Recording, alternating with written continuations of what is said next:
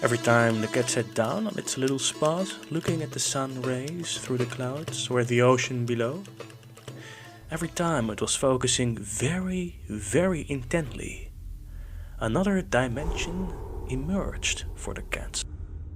The cat was transported in what could be described as a vacuum of space and time, a tunnel backwards.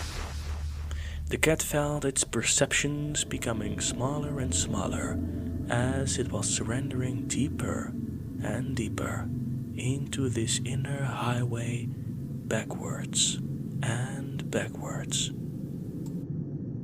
until the highway eventually dissolved and widened infinitely. It was like seeing the universe, but without all its matter.